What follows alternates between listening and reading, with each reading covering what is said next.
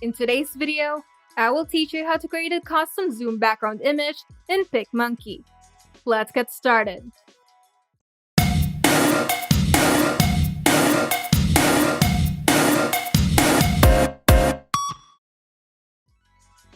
First, make a canvas with a standard size for zoom background.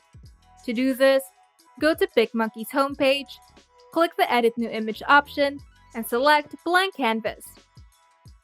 This will open up PicMonkey's canvas presets, which contains a wide variety of canvas size presets. You can also input your custom width and height at the upper right corner of the panel if you have a specific size in mind.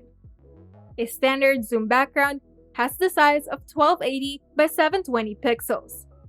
Now, simply click the Make It button to open your background canvas in the editor.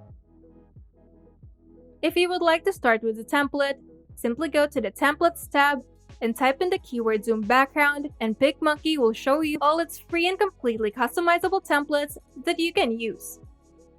But if you would like to start from scratch, you can start by changing the background color of your canvas. To do this, go to the Layers panel and make sure that the background is selected. Now, go to the sidebar and select Background Color.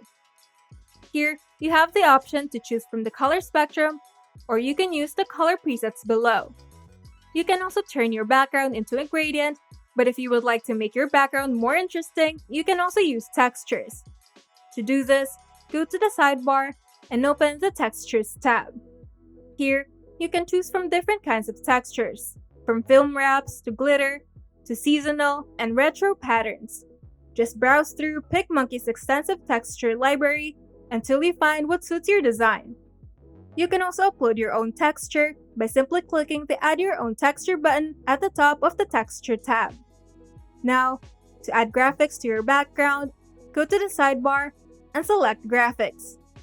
This will open PicMonkey's extensive graphics library with completely customizable icons, illustrations, and shapes that are neatly categorized by style so you can easily find what you're looking for.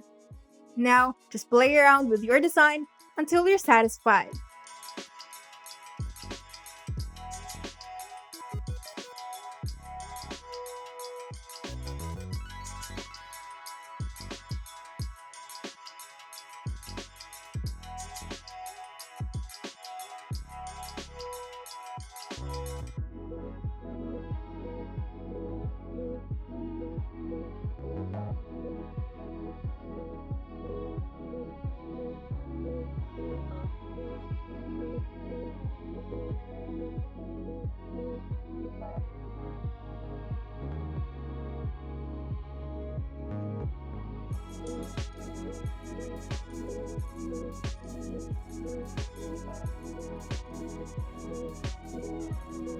And once you're done, you can now save your image to your computer or share it to your social media.